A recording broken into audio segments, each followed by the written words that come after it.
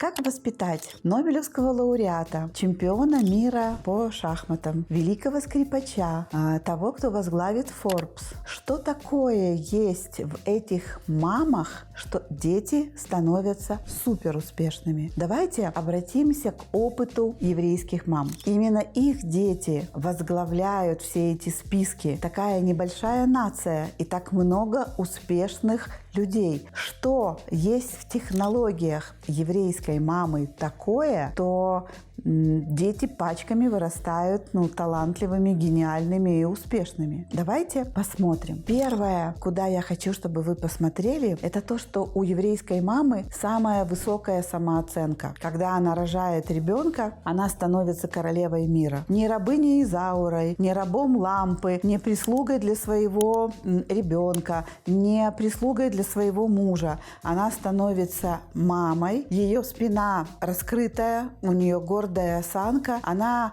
откуда-то внутри себя получает право командовать этим миром, потому что у нее есть исторически заложенное, генетически выверенное уважение к себе как к матери. Понятно, что это все поддерживается самой нацией, но кто мешает нам иметь эту самооценку? Мы же знаем с вами, что самооценка – это абсолютно внутренняя территория. Самооценка зависит от того, как мы себя оценили, а не как это сделали другие люди.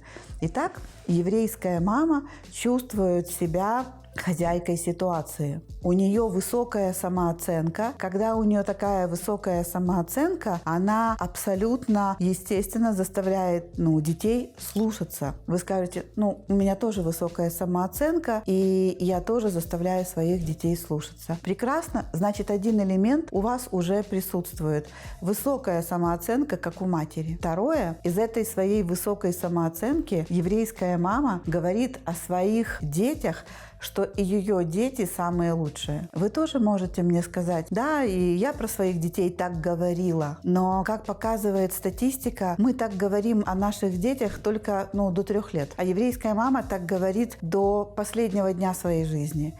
Ее были дети лучшие, ее сыночек наикращий, ее доченька, богинюшка. Еще раз, она искренне считает и она внушает своему ребенку, что он самый лучший, ты самый умный, самая красивая, ты самый талантливый, у тебя все получится. Если у тебя не получится, тогда я не знаю, у кого получится. Боже мой, наш Мишенька сыграл на пианино «В траве сидел кузнечик». Это же новый Моцарт. Вы послышали? Вы слышали, как он играет? Вы слышали, какое у него звучание? Вы слышали, как наша Машенька поет? Какое у нее стаккато? Она не просто ему говорит это, ребенку, она это говорит всему миру. Она не просто внушает ребенку ощущение, что он прекрасен, то у него все получится. Она еще это рассказывает, она еще приходит бить морду тем, кто попробовал сказать, что Мишенька или Машенька не талантливая. Она не будет сидеть тихо на школьном собрании, где ругают ее ребенка. Она сама вылезет и расскажет преподавателю, что, конечно, вас невозможно слушать. Миша приходит и рассказывает, какие глупости вы говорили на уроке истории. Вы вначале станьте нормальным педагогом, а потом таким детям, как мой Миша, будете рассказывать и ставить двойки. Она на стороне своего ребенка. Это третье. Тотально на стороне своего ребенка. Нет такого прокурора, который убедит ее, что ее Миша или Маша виноваты. Мой не виноват. Сыночек, ты ни в чем не виноват. Доченька, ты ни в чем не виновата. Вы мне можете сказать, что это перегиб, но вся наша жизнь состоит из этих перегибов. И обычно мамы, боясь этих перегибов, воспитывают своих детей неуверенными, теми, кто восхищается другими, теми, кто живет в сравнении, теми, кто живет в тени каких-то авторитетов, но не Миша и Маша. В нашей истории Миша и Маша чувствуют себя первыми и лучшими.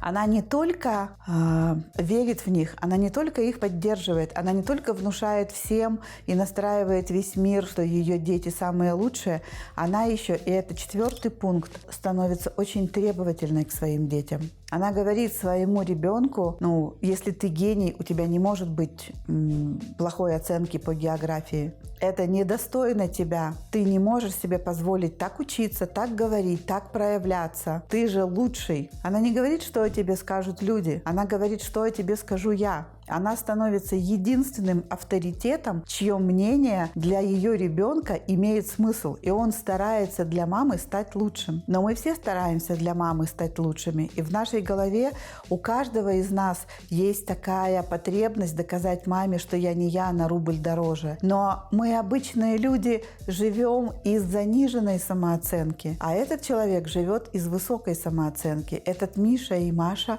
вырастая по праву, чувствуют себя лучше, успешнее, легче берут, легче позволяют себе что-то. И поскольку для них больше нету никакого авторитета, кроме матери, нету мнения какого-то человека, с которым они будут считаться больше, чем с мнением мамы, они становятся неуязвимы для критики. Знаете, с очень большой долей любви и такой теплоты Михаил Жванецкий говорил: «Я самый умный, я самый талантливый. Не верите? Спросите у моей мамы». Поскольку мир субъективен, и все остальные будут пытаться доказать нашим детям, что они никто и звать их никак, что у вас не получится, работайте за те копейки, что мы вам платим, делайте все, что вам скажут, подчиняйтесь, будьте рабами. Есть единственный человек, который ратует за свободу своего ребенка, за свободу проявляться, за свободу приносить пользу себе и другим, за свободу подняться на вершину этой пирамиды.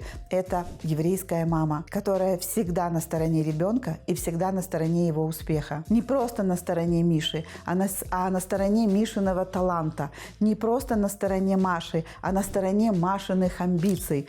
Еврейская мама всегда видит потенциал своего ребенка и поддерживает его в этом. Можно ли это делать из низкой самооценки? Невозможно. Можно ли это делать, не веря в себя? Невозможно. Именно в этом кроется секрет еврейской мамы. Она сама для себя супер авторитет. Как вам это? И я скоро буду проводить мастер-класс, который называется «Феномен еврейской мамы». Я буду 3,5 часа подробно рассказывать о том, как внутри себя сформировать этот феномен. Потому что этот феномен не имеет национальности. Да, он прекрасно проявлен у еврейских мам, и он зашит в их генах, но это то, чему можно научиться, этому навыку, и привнести его в мир для наших детей, для наших внуков, для наших бизнесов, да и для себя самой. Как вам это?